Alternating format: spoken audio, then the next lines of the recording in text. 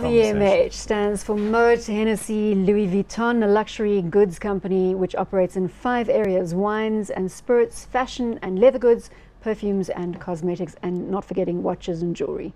And finally, Selective Retailing. That's things like Sephora, where they sell makeup, and some other stores in France. So there you go. Just think about that carefully. 4 enormous divisions with everything from liquor to jewellery and makeup, lots of leather goods in the watches. middle. This is an enormous luxury goods conglomerate. Market cap here of 79.3 billion euros, a PE of 21.2, dividend yield of 1.8%.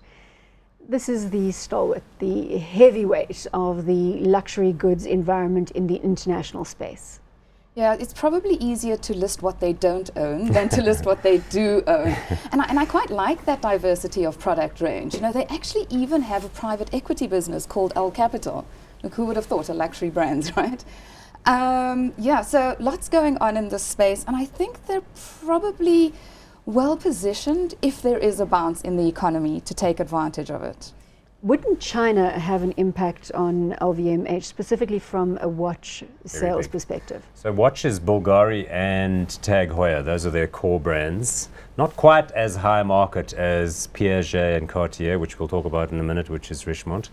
But they have been pulling in the number of stores that they have in China for their various brands. Remember, though, that I think front and center with LVMH, you need to talk about the leather goods, because the Louis Vuitton luggage and handbags business is very big and very, very popular. Is that a bigger percentage of their overall profits? That and the booze. The booze, of course, is enormous because it's all of those brands. They basically own the entire champagne business around the whole world, plus they've got all of those other liquors and stakes in other businesses in the same space. I'd like to own the champagne business, I must admit.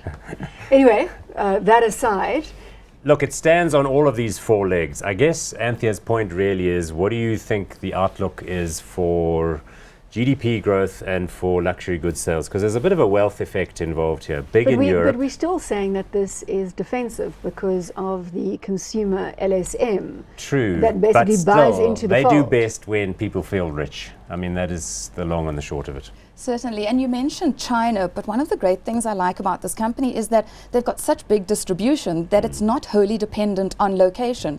So perhaps they're pulling out some of their shops in China, but they still distribute globally, which is a good thing. And it's marginal. So in other words, they may exactly do that. They may withdraw a store or 2 in a secondary town in China where they feel like they took a little bit of a risk, but they would certainly not be out of the mainstream malls in Paris, the mainstream malls in Dubai, all of the other locations. Huge store frontage in New York. I mean, even here in Johannesburg, they've got some pretty design-oriented stores. We don't own LVMH in the Hot Stocks International portfolio.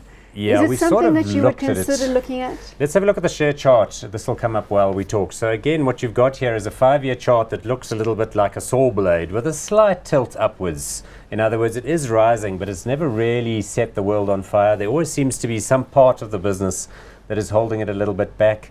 Anxieties about consumer spending, the sell-off in China, the terrorist effect is the most recent problem. So Paris and Parisian tourism has been down. Then are we looking at a good buying environment? We've typically taking felt advantage that. of the downside? We've typically felt that, because if you like this area and you like the reach that it has and you believe that sales are going to be sequentially strong and that the economy is going to expand, then you ought to be here, right? Anthea, do you agree with Paul? Always cup half full rather than half empty?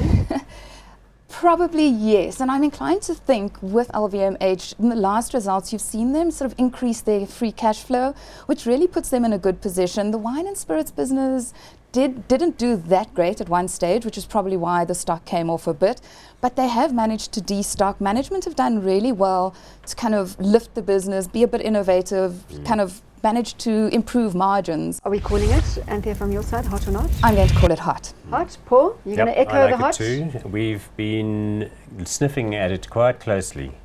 So I would say hot for sure. It sounds like it's going to come up for discussion again at the end of the show, potentially.